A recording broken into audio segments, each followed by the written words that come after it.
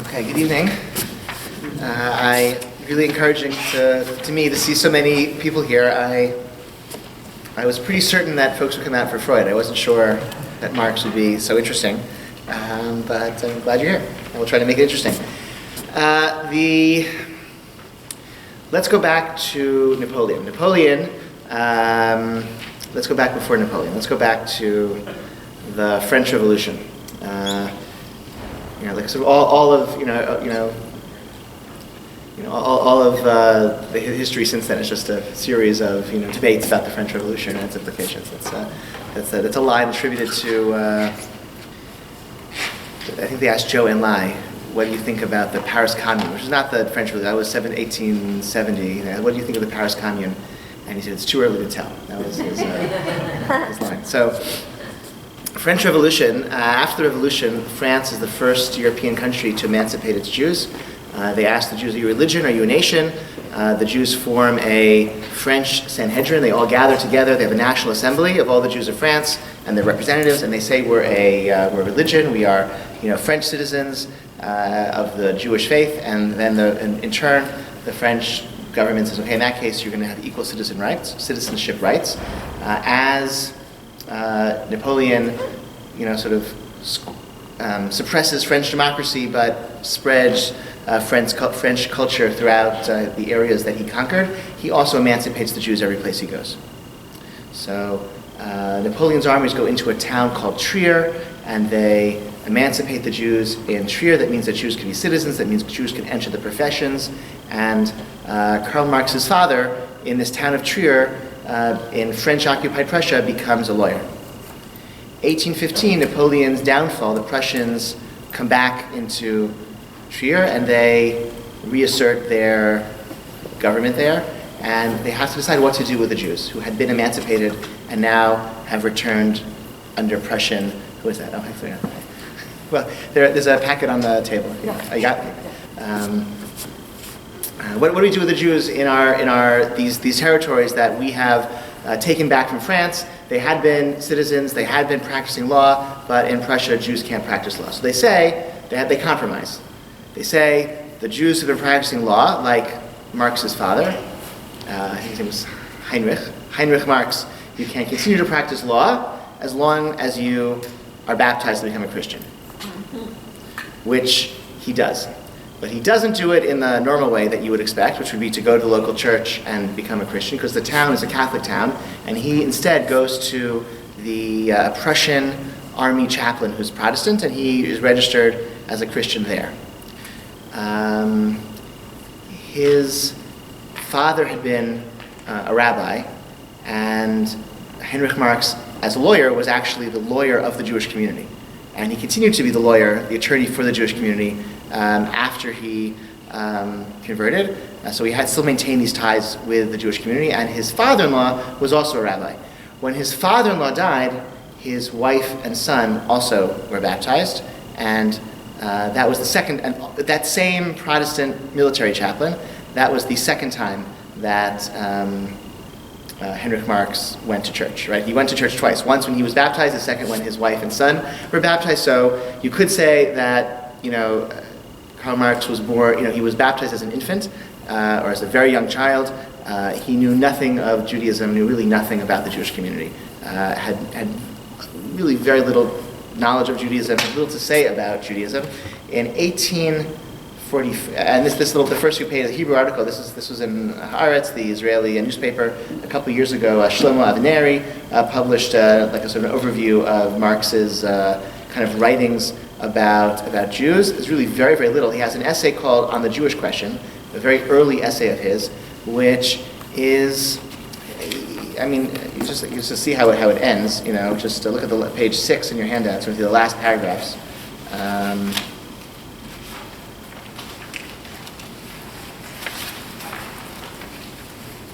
As soon as society succeeds in abolishing the empirical essence of Judaism, huckstering and its conditions, the Jew becomes impossible because his consciousness no longer has an object. The subjective basis of Judaism, practical need, assumes a human form, and the conflict between the individual, sensuous existence of man and the species existence is abolished. The social emancipation of the Jew is the emancipation of society from Judaism. That's a pretty harsh thing to say. I don't exactly know what it means. No, it's what I think what he's saying. He's using Judaism as a stand-in for a social class. He's sort of saying kind of capitalist bourgeoisie. He's equating that with Jews and Judaism. Why is he doing so? Partly because Jews did in times in Europe occupy a distinct social class. Jews were not peasants, and they were certainly not aristocracy, and so they did in certain places and certain times function as a sort of middle class, in between the peasantry and the nobility, and that particular bourgeois layer of society, sort of Marx sort of thought didn't in fact need to be overcome. That was the next stage of social development was the working classes overcoming the bourgeoisie. As the bourgeoisie overthrew the nobility as the end of the Middle Ages, so too there would have to be need for the working class to overcome. So that's part of what he's talking about. It's also maybe just using Judaism as a stand-in for capitalism because he was trying to avoid censorship, and that was sort of an easy thing to say. That's also a possibility. This is not. He doesn't. He's sort of treating the Jewish community, the Jews in Europe, as a class, not as a ethnicity, not as a community. Really, no grappling with Judaism as a culture. It's just a function of a certain material development of society. And this maybe I'll sort of get to a little bit about Marx in his philosophical context, and then I'll say a little bit more about him and Judaism. Then we'll talk about Marxism beyond Marx. And I know if somebody knows this better than I do, please, because this is challenging material, and I try to explain it. Hegel, the German philosopher Hegel, in the early 19th century, develops a philosophy a philosophy of history, in which he argues that the flowing of history is like the spirit of God, maybe, manifesting itself through human affairs as history develops. That's sort of a Hegelian, dialectic. There's it's sort of very superficial. There's an idea, and then it's opposed, right? The thesis, the antithesis, something opposes that idea. Then those out of that clash, they're overcome, and there's a synthesis which combines the two, and history is propelled further. And as history is propelled further, this is the way in which the Geist, the spirit, which is maybe some religious idea, maybe it's a secularized religious idea, but that's how the Geist, the spirit, is sort of expressing itself in the world. Marx turned that on its head, sort of reversed that, and said it's not the spirit, it's not God, manifesting, itself in affairs of people. It's the affairs of people, that's what propels, itself forward. It's materialist. It's human struggle. It's the class struggle of layers of society struggling against each other and pushing society forward.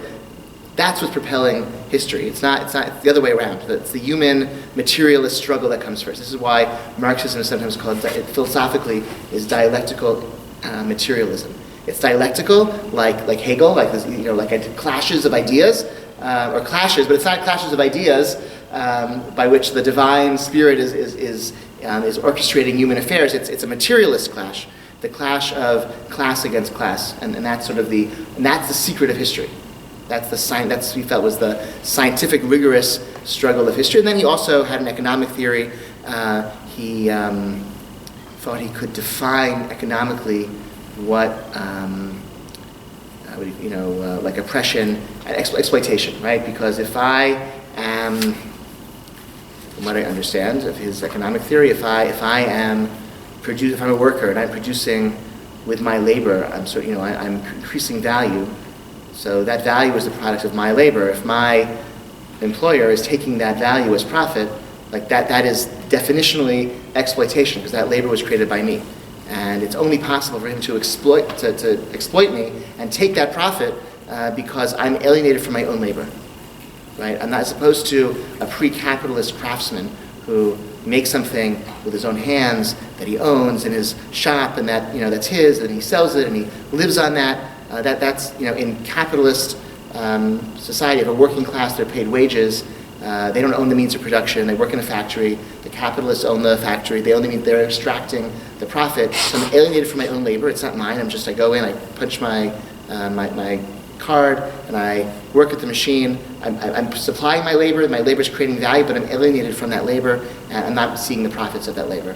It's going to the capitalists. So that was sort of an economic insight he had. That's how he understood sort of modern capitalist economics. But that was also sort of linked to this theory of history, where the inevitable materialist clash of class against class is what propels society forward and develop into new levels. As an aside, this morning and I guess sort of like the answer, one sort of an economic theory like that, just because it's relevant to this, the page of Talmud we learned today in Daf Yomi, the capitalist theory that I can make a widget for $5 a widget and sell to you. If I sell you a widget for $5 a widget, that's because it costs less than $5 for me to make that widget, and it's worth more than $5 for you. Which means that I sell you something at a certain price, and you buy it from me at a certain price, and both of us are more wealthy after that transition, right? Because I sold a widget for $5, it cost me less to make it, and you purchased a widget for $5, it's worth more than that to you. So we're both wealthier after we make that transaction. That's like the insight of Adam Smith, that the free exchange of goods and services makes both parties wealthier than they were before they had that exchange. And it's somewhat counterintuitive. In our Talmud discussion this morning and the beginning of Masechet Avodah Zarah, the assumption is not the case. The assumption is, whoever dies with the most stuff wins. Okay? Buying makes you happy, selling makes you sad. And no one would ever sell anything unless they had to, by dire circumstances, because the whole point of wealth is like accumulating stuff. Okay, there were countries that operated that way. This is how, when Spain, conquered the Western Hemisphere, they brought all the gold back to Spain and ruined their economy with hyperinflation, but because they thought that was how it made wealth, getting all the gold into Spain. That's not true, right? It's all about, again, the free exchange of goods and services makes everyone wealthier. Marx felt that under a capitalist system where the means of production are owned by capital, not by labor, there's exploitation that can be actually identified and quantified. A few more pieces about Jews and Judaism for Marx. Avenari found some letters that he wrote, essays that he was a journalist. He supported himself as a journalist for an American newspaper. Let's see if we can find this. If you look on page 3, in the 1848.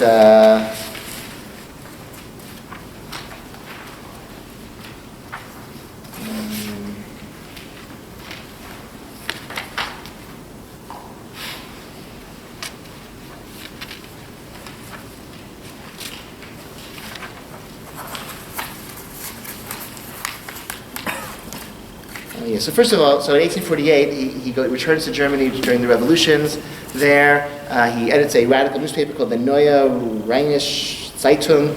A delegation of Jews comes to the newspaper and asks for support for Jewish emancipation. He says, I will support that, even though your religion is really revolting in my eyes. Im ki datam musahi beinai, the Hebrew translation.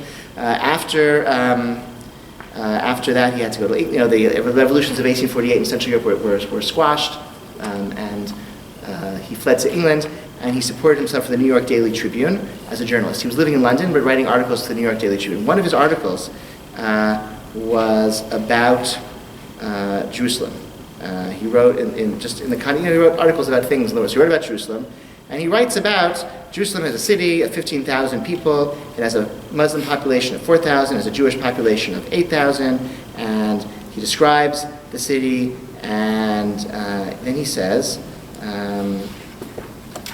this is page 4, Ein davar sheyishuveh le'oniyim l'savlam shel Yehudim Yerushalayim hamidgorim berova ha'ashpatot hakrui charat al Yahud bein Har Tzion lahar haMoriah sham mitzuyim batei knesset shelahem hem mahavim matara mitmedet l'dichui mitzad haMuslamim haYavanim ha'olavim behem v'latinim rodfim otam behem mitkayimim ach v'rak minivotehem shel achehem haYerpaim. So he's describing Jewish life in Jerusalem, 1850s, 8,000 Jews living in this, the dung, area, like the Sharash, the dung gate area in Jerusalem, and oppressed by the Muslims, oppressed by the Christians, and they are supported entirely by, donations from abroad. Yudim elu einam yilidei makom ela higiu makomot merchakim v'shanim hem nimshachim Yerushalayim ach v'rach mishum ritzonam hitgarer ba'emek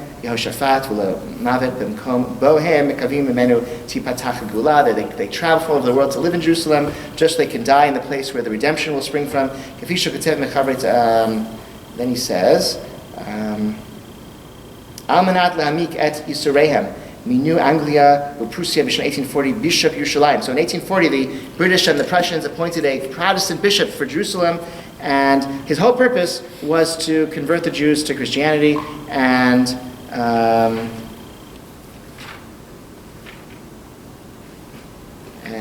he was once he came, 1845, and he was. Basically, all of the Greek Orthodox and the Catholics and the Jews and the Muslims all opposed him. This was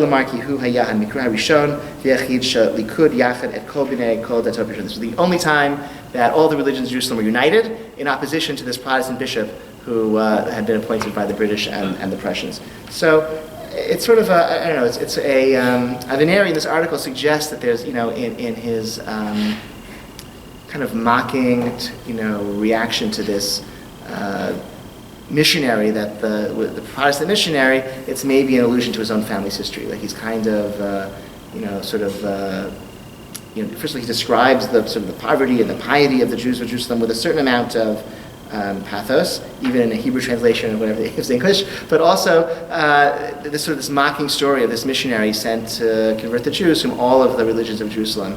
The Orthodox, the Catholic, and the Muslims, and the Jews all can unite in opposition to him. So that, I don't know, I think that's sort of, maybe this is like a sort of invoking the memory of his father who had to convert under pressure.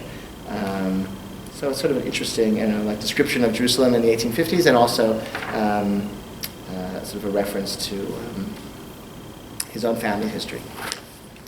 Okay, let's.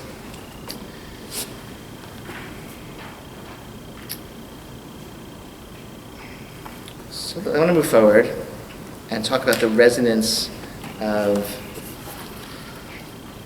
Marx's, so the history, let's take moving forward. In the 20th century, you have late 19th century, 20th century, you have Marxist-inspired political parties spreading in Europe. You have the social democrats who believe that a socialist economy can be achieved through the normal democratic order. You have more radical communist parties that believe there has to be a violent revolution in order to institute socialism. The first country where a Marxist worldview is put into effect is, of course, the Soviet Union. This was not supposed to happen according to Marxist theory, because Marx felt there was this inevitable progression of economics and the social classes. So of course you would first have communism in Germany or England, an advanced country with an advanced industrial base.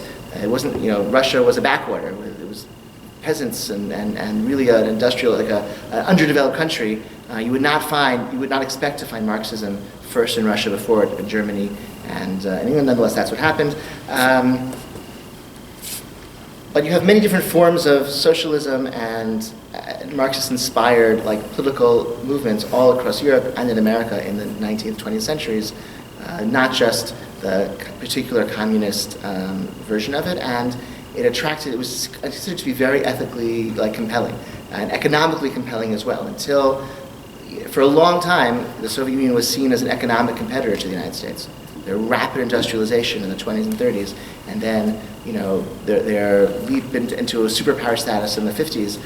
It was not obvious. It wasn't obvious the way it maybe seemed to us now that even on just the basic economic level, this was clearly an inferior kind of way of organizing an economy. So there's a lot of therefore echoes of socialist thinking in all sorts in Jewish religious thinkers in the 19th, 20th centuries. Okay, that was all, and most powerfully in religious Zionist circles and the religious kibbutz movement, the religious moshav movement. Okay, so Herzl, of course, was Austrian, and it was in Vienna, and his efforts in the Zionist movement were, he was trying to get a charter from a great power. So he's negotiating with the Sultan, negotiating with the British, and that's what he thought. The way to solve the Jewish problem in Europe is I got to negotiate a treaty with some empire that will allow us to establish a Jewish national home in Palestine, or in Uganda for that matter. He thought Aliyah was silly. Max Nordau, his deputy at the First Zionist Congress, gave a speech against Aliyah because he said, Aliyah can't solve the Jewish problem. We can't, at the time, how much, in 1896, how many Jews were making Aliyah a year? 500, 1,000, 2,000? Max Nordau said if we're wildly successful and we get 10,000 or 20,000 to make Aliyah a year, then it'll take 150 years to, get the Jews out of Europe. We don't have 150 years. Right? We need mass mobilization, and the only way to do that is through some negotiated agreement with the great powers. Nonetheless, the masses of Jews in Eastern Europe and the Russian Empire were the ones who were really drawn to Zionism by the thousands and the 10,000s. They're the ones who moved to Ottoman Palestine and then British Palestine in the Second Aliyah. Second Aliyah was a radical Aliyah. These were people who were already politically radicalized in Russia, in other places where they lived, and they brought that economic radicalism with them to their Zionist activities. And there were religious Jews among them as well, who also had a sort of radicalized economic agenda as well. Okay, I wrote a paper some years ago about a bunch of them, and I didn't give you the entire article, but we'll look at some of the block quotes, okay? Because look at page 7. This is a quote from Rabbi Yeshaya Shapiro.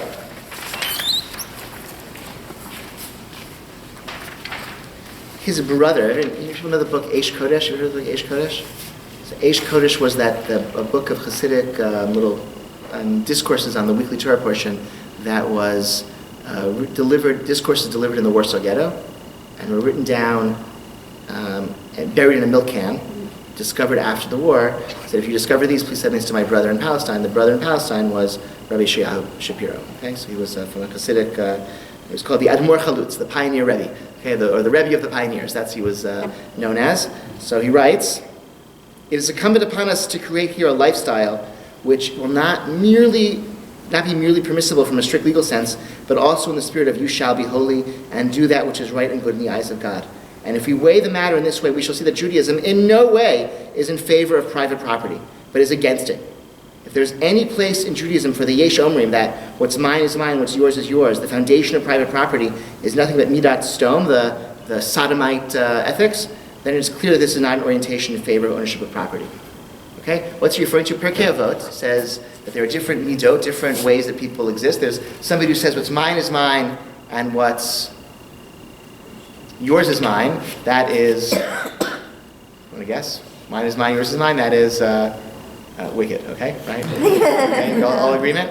Okay. If we say what's mine is yours and what's yours is yours, that is pious. Very nice. Okay, that's pious. That's like a seed. Okay? What's mine is yours and what's yours is mine. What's that? Remember? Pirkei Avot, guys? Yeah? Foolish. Okay, that's foolish. Okay? That's foolish. Okay? And what's mine is mine and what's yours is yours. There are two opinions. One opinion, what's mine is mine, yours is that's kind of normal. That's neutral.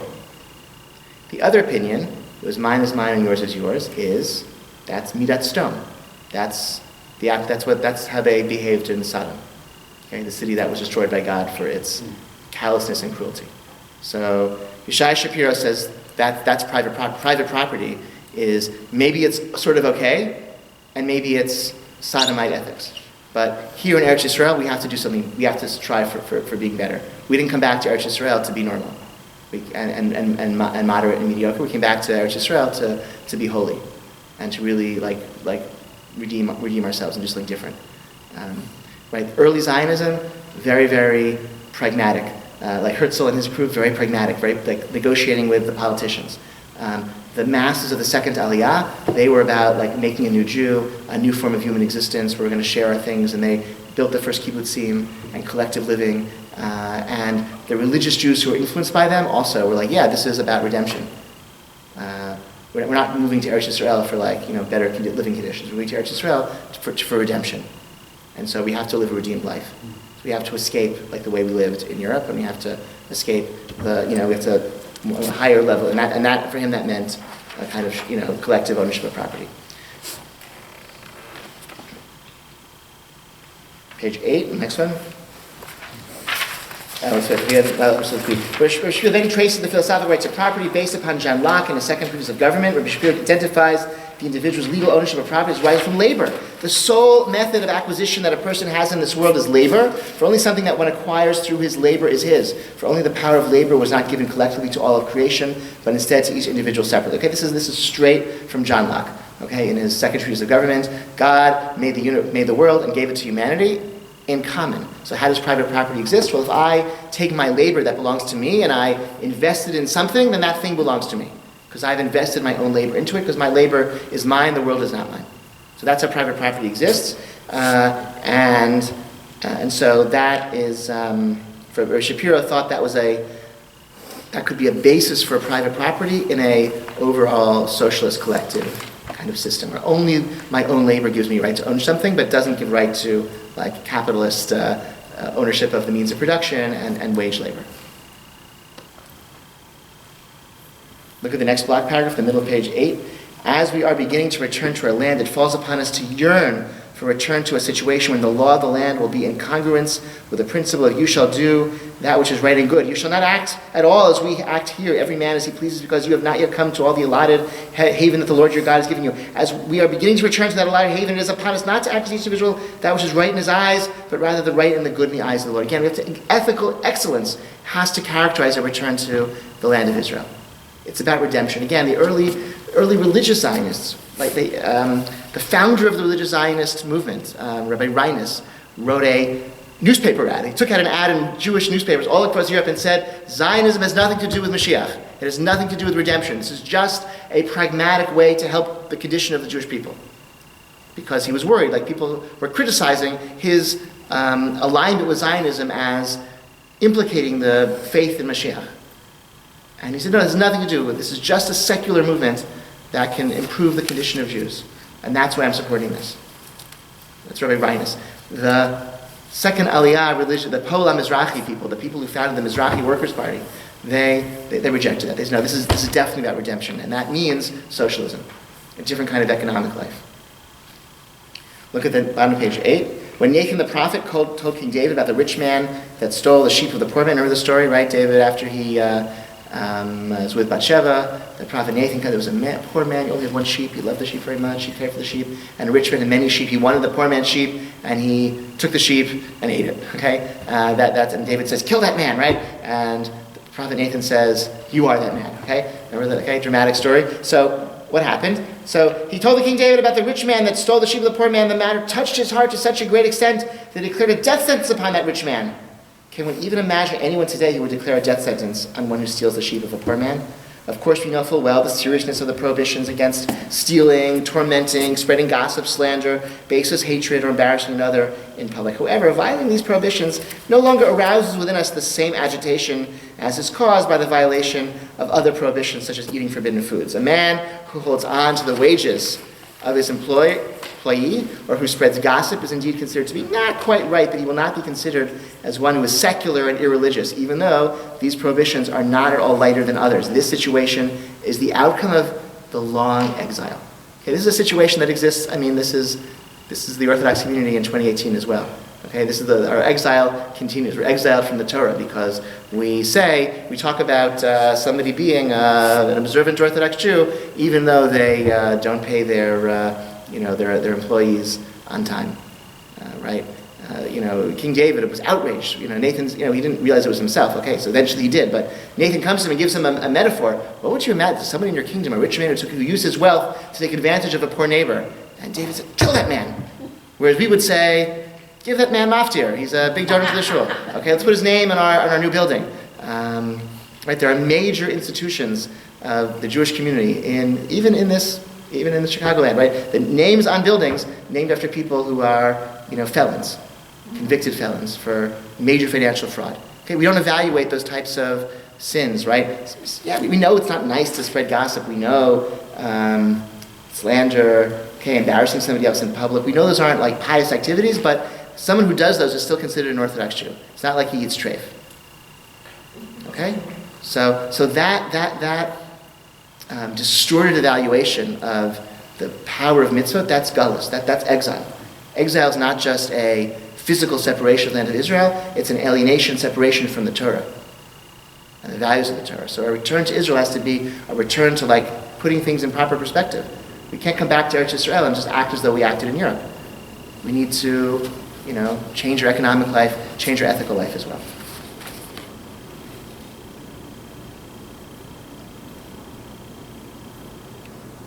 Okay.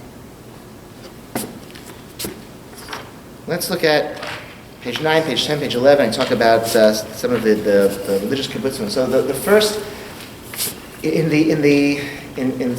non-religious, secular Zionism, the kibbutz was a much more popular form of settlement than the moshav, right? Kibbutz is fully, at least was, now they're all, whatever, but at the time, kibbutz was a more fully socialist, collective form of life where all the property is collectivized and entirely. The moshav is a somewhat less developed form of collective living where the means of production are collective, but people have private property. So in a moshav, you would own your own house, but the factory or the fields would be owned collectively. So the means of production are collectively owned, but everyone has their private, salary and private home. So the kibbutz was much more popular as in the early 20th centuries as a form of collective living than the moshav. Amongst religious Jews, it was the opposite. The moshav was more popular. Interestingly, amongst those minority of religious Jews who chose to live in collective settlements, the ones who flocked to the kibbutz were Germans. That's an interesting thing, which was the reversal as well. There were much more Russians than Germans amongst the kibbutz movement in general, and there were more kibbutzim than moshavim. Among Orthodox Jews, it was the reverse. More moshavim than kibbutzim, and it was the Germans who really, maybe with their more, advanced socialist educations or something, they flashed the kibbutzim. So the kibbutz dati was a really interesting, there still are religious kibbutzim. It sort of represented a really different form of Israeli Judaism, very unique in terms of its form of religious observance, in terms of its relationship to rabbinic authority, in terms of its relationship to political questions and how their voting patterns and who they aligned with politically, left or right, different from the religious communities in the cities, the bourgeois, and certainly later on in the settlements. And they produced thinkers who really, the thought that emerged from the kibbutz dati is really different, still is a little bit different. I think of places like Ma'ale Gilboa or even Migdalos, they're just a little bit, they're interesting.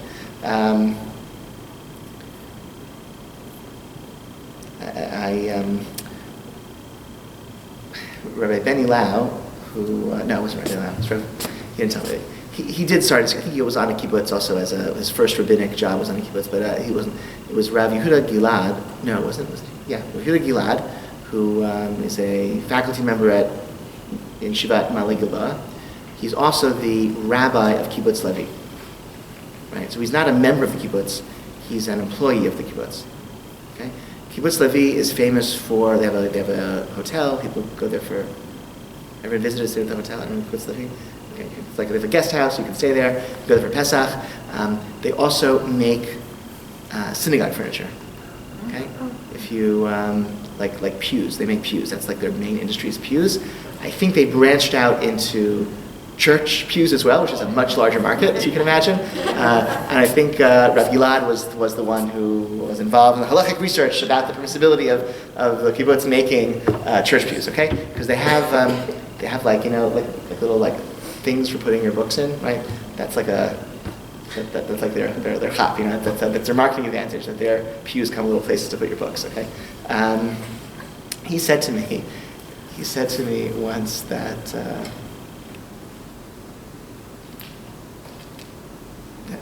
the problem with the theory was that with everyone being equal on the kibbutz, it would sort of erase all competition and struggle amongst people. They could all live together in harmony because nobody's competing. Everyone is, everything is equal. No one's competing against one another. In fact, it just makes them really, really competitive about really, really trivial things.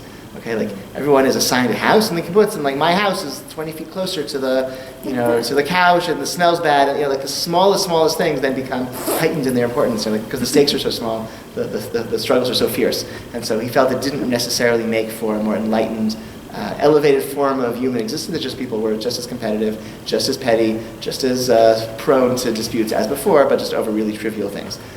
So that was he was not. So let's go to page 10. Okay, this is Moshe Una, who was one of the founders of Kibbutz Adati. He wrote an essay, "The Foundations of the Kibbutz Adati and Its Purpose." Okay, the foundation of the religious kibbutz. So he's describing why the return to socialism. The feeling grew stronger, and this was a general phenomenon. This is the block quote in the middle of page 10. That the situation in which the individual and community find themselves placed in the capitalist world can no longer be tolerated, and this framework should be broken in order to find a new way that is more suitable to the ideals of justice and righteousness. Okay. Next block quote. A movement can develop in two ways. One, a movement that begins its path and continues according to an ideological line that was fashioned before its creation. Two, a movement that arises out of a specific need of a known community. I don't want to determine here which way of development is more suitable for a movement. It is enough for us to recognize that our movement has traveled the second path. Our movement is not based upon an ideal that was clear and certain from the outset. So the Kibbutz Adati, they were moderate in their socialism. They were pragmatic in their socialism, not dogmatic about it. They sort of came into this model of kibbutz life as a way to meet certain needs, but it also seemed to be out of a negative evaluation of the oppression and struggles of capitalist economy. This final block on page 11. The slogan Prophetic Destiny asks of us to set up the social vision of the prophets in our day through our own actions. It comes to emphasize that the social question through the approach of religious Judaism and to mark the way for traditional Judaism to solve it. It is not a scientific socialism based upon cold logic and research, rather a socialism based upon relationships between people and religious traditions. This is not dialectical materialism of Marx. This is not defined, das Kapital, quantified exploitation. This is a socialism of trying to, for a way for traditional Judaism and its ethos and its ethical sensitivities to make real the prophetic destiny. Not class warfare, but clarifying obligations. It's not a relentless struggle of class against class. It's just let's look at our ethical obligations of one person to another. And let's take those seriously and set up a way of life that treats that seriously. Contrast, religious socialism is a progressive modern scientific approach. This is its approach to solving problems. Just as we use modern statistics to solve technical problems that arise, just as we use geological research to improve crops without accepting materialist ideas that are brought by the developments of these sciences, so too is upon us to conduct ourselves regarding the various questions of society. So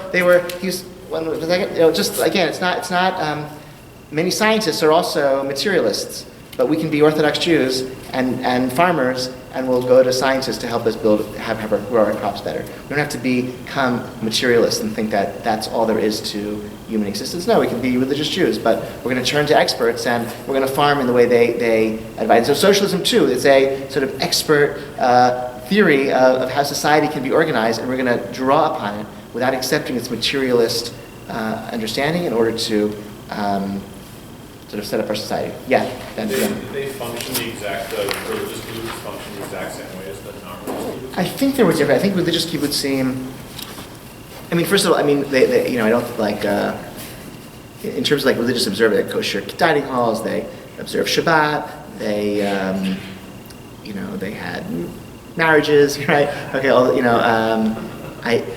I don't think they had, I don't know if they had children's homes in religious kibbutzim, I'm not sure. I would imagine not, or they would, but I don't know. But I think otherwise they were pretty, The job rotation. I think all that was pretty much the same, yeah, my understanding. There's interesting stories from the 1948 war about Shabbat observance, and I spoke about this a few years ago in Yom Ha'atzmaut about these religious and secular kibbutzim in the same areas, both struggling, building, and the Egyptian army's coming, and they're what's the story? The religious kibbutz, it's a fast day, and it's Shabbat, they're not working, and they're secular kibbutz next door, they are working, and they're building the stockade. He says, I'm so sorry, I'm disturbing your fast, because I guess it was Tisha B'Av, we're building our stockade. He says, I'm so sorry, I'm fasting, I'm not helping you build our stockade. It's like whatever, interesting. There's a lot of solidarity between, the stories that was when Gush Etzion was under siege. There was a story, similar story. When Gush Etzion was under siege, the cow of the story, the cow of Gush Etzion. There was kibbutz Revadim was a secular kibbutz next to in Gush Etzion, the old Gush Etzion. And when the Arab Legion was besieging Gush Etzion, there was a cow that died in Kfar Etzion. So it was Neveh, they couldn't eat it. So they sent it to kibbutz Revadim. They should eat it there, and they sent it back because if it's not good enough for our brothers, and we're not going to eat it either. We're going to, that's the legend. The true story is they ate the cow. Actually. There are a lot of versions of the story. Okay.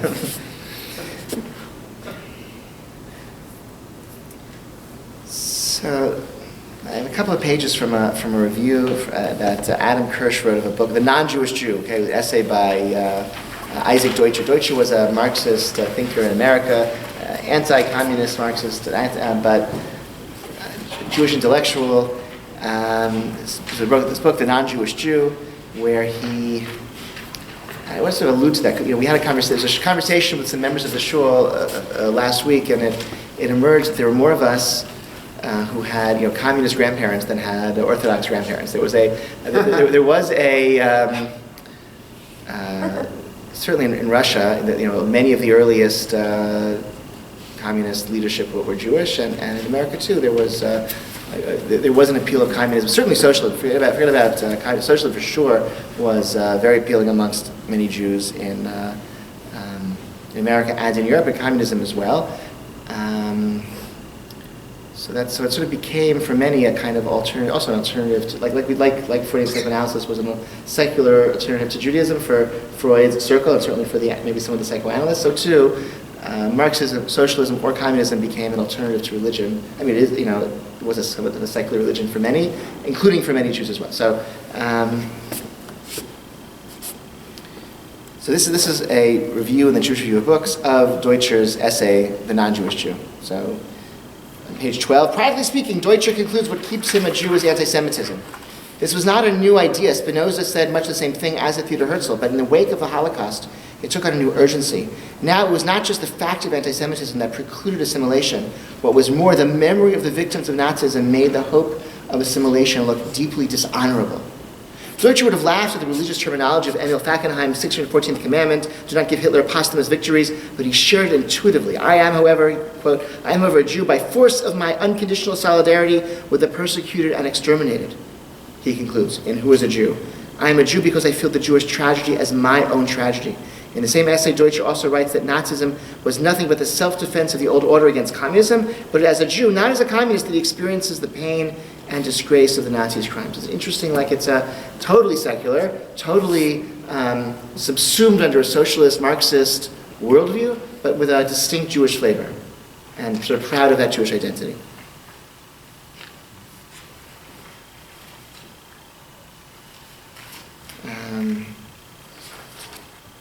Let's do a little more of this essay, which I think is very... What they did not recognize, page 32, they did not recognize, and Deutscher doesn't recognize that Jews already belong to that community, even if they are not heretics. There is no such thing as a human being who is immediately universal. Home, as T.S. Eliot wrote, is where we start from, and Judaism is at least as good a place to start as any other. What really unites the great figures in Deutscher's canon is that they believe that there was something particularly disqualifying about Judaism as a habitation of the universal. Deutscher praises Freud, for instance, because the man whom he analyzes is not a German or an Englishman, a Russian or a Jew. He is the universal man whose desires and cravings, scruples and inhibitions, anxieties and predicaments are essentially the same no matter what race, religion, or nation he belongs. But of course, the people whom Freud analyzed mainly were Jews. This does not necessarily mean they did not have the same desires and cravings as everyone else, though then again, maybe it does mean that. How would we know unless we took the fact of their Jewishness seriously rather than immediately and anxiously transcending it? For Deutscher, the rejection of Jewish particularity in the name of what he calls universal human emancipation is Judaism as its best. I hope he writes in the essay's preparation that together with other nations, the Jews will find their way back to the moral and political heritage that the genius of the Jews who have gone beyond Jewry has left us. Okay, so for him, the best of Judaism is you transcend Judaism, you leave it behind in the name of universal humanity. which I think is flawed. I mean, the essayist, I think, and I agree, is flawed because, like, every human comes from somewhere, okay? And you don't need to transcend your particularity in order to offer something of value and have solidarity with all people.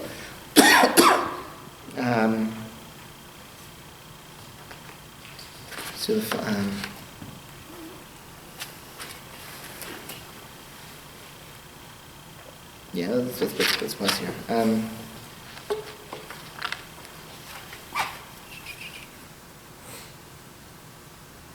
So page 16, 17, another essay, Joseph Heinemann, another socialist rabbi writing about, Torah and social order. I think we're going to skip that for now. What is how much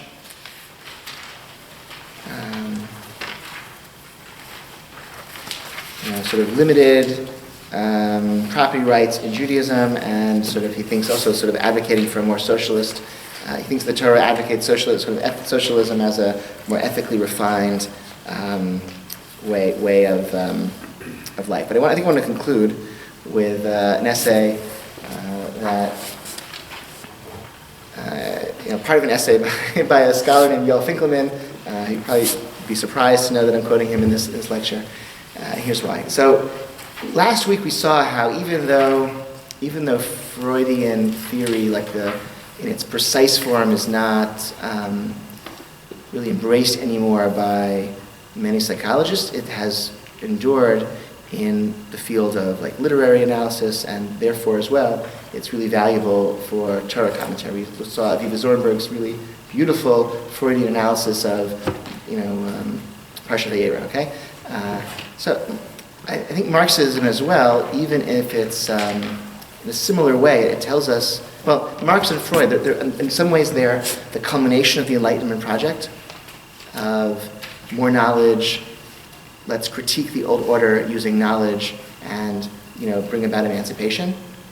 Freud is in that tradition, Marx is in that tradition. In other ways, they're really subverting that tradition because they're both saying the idea that enlightenment and rationality and knowledge is self-evident and will lead to liberation is actually flawed, because there's Freud has told us we're not really controlled, we're not really aware of all of our thoughts. We have an unconscious, which pushes us to make choices and patterns of behavior that are often self-destructive, that we don't understand, don't make sense to us. And Marx, who tells us there's actually a class struggle or a class interest that are animating history in a way that people aren't necessarily aware of. So this is an essay about Jewish education, and I think he points out that when we find ourselves in a predicament, and we say, gee, why are we in this predicament? Well, maybe the predicament in a somewhat psychological way, in a Freudian way, or in a Marxist way is really reflecting some deeper forces that okay, so here's what's the problem with it's a problem getting good teachers in Jewish schools, okay? And it's hard to do that, especially in America, because teaching in America is a low status, low pay profession.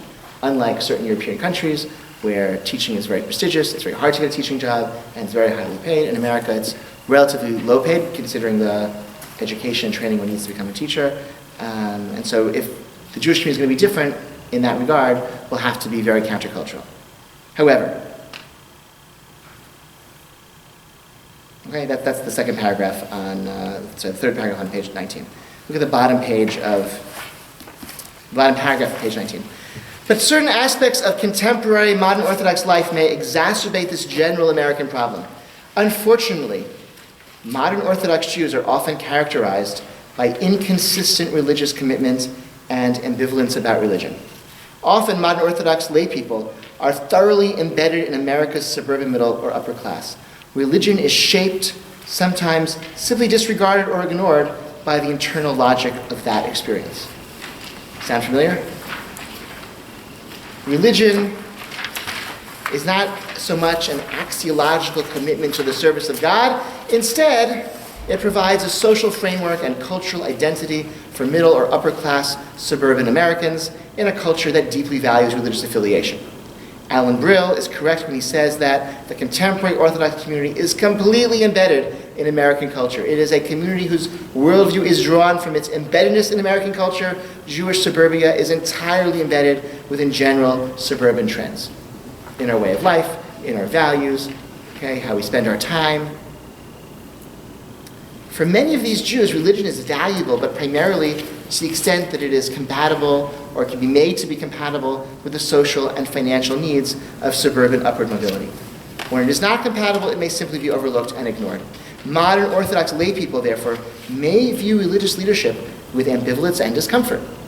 Rabbis and educators call for more consistent religious commitments, and they challenge, in part due to their own higher levels of religious consistency, and in part by the very preference of rabbinics and education over more lucrative professions, the materialism, complacency, and religious indifference that is reflected in so much modern Orthodox practice. A Jewish educator, a rabbi, is threatening to suburban modern Orthodox Jews because the teacher is saying, right, I grew up just like you, but I chose a less lucrative career path based on my idealism and commitment to something that you claim to be committed to, but are somewhat, tepid in your actual commitment to. That's challenging. That creates resistance. If I may be permitted a somewhat ironic take on this, I might suggest that under these circumstances, the low pay and low status of teachers is actually quite functional.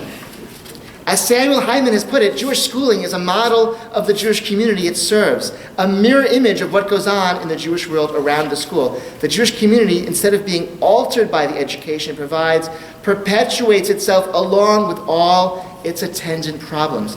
There may be little better way to transmit and reproduce modern Orthodox lay anxieties and ambivalences about religion and religious leaders than by sending children to schools where underpaid and underappreciated teachers demonstrate that Judaism is important, but not that important. The community's collective ambivalence about Judaism is reproduced by the cultural contradictions inherent in the low social status of those who are ostensibly the most important. The modern Orthodox doctor or business person, parent of a young person trying to choose a career path, might say or think silently, I'm glad that there are rabbis and teachers out there, but I am more glad that I am not one of them, and I wouldn't want my child to become one. Keeping salaries, benefits, and social prestige of teachers and rabbis low helps make this statement loud and clear. Students get just the education that their parents desire, Jewish in content, but subtly demonstrating that there are more important things than full-time and intensive religious existence. I should say, thank God, I have a very generous salary. I'm not talking about myself. I think teachers are underpaid, and I think that does, right? Freud would tell us if you're doing something, like ask yourself why. Okay, what if it seems strange. We value religion, and yet why are those who teach Judaism to our children paid so much less than so many others in our community?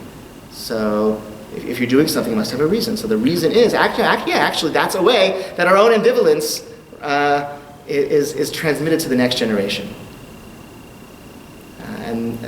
The Marxist bit is there's like the class divide as well in the community. My wife was on a van once. Those, I don't know if in Teaneck, those vans that go between. She was on one of those vans, and she was sitting in front of two, Teaneck, Real Housewives of Teaneck, talking about. They had she heard them talking for a while on this van, between Teaneck and the George Washington Bridge. And the first half of the conversation was how terrible the teachers were in their children's schools. The second half of the conversation about Mrs. Schwartz's son, Daniel, who was pre-med, but never he's it seems like he's going into Jewish education, and they said another mind lost to chinuch was the phrase that and Sarah wanted to turn around and say don't you realize that your dissatisfaction with the teachers in your child's school is directly linked to your disdain for members of your social class becoming educators? And right, it's the same problem, right? So here again, I think Marxist attention to class, as it percolates within our community, how it reflects social status, can be combined with kind of a Freudian insight that when we do things that seem to be incomprehensible, maybe it's serving some other need, right? And at the same time, and I think that can shed light on dynamic, even if we don't want to embrace, say, like a Marxist economy. I think we can still maybe sort of use some of these insights into like looking at our own community and some of the trends that are there. So thank you so much. Next week, I think we're going to Spinoza. David Wallenberg is speaking on Spinoza. He, I think, wrote his dissertation on him or a related topic. And in our final week of this series, Deborah Schoenfeld is speaking on Paul of Tarsus, the biggest Jewish renegade of them all, perhaps. Okay? All right. Thank you so much. Good night.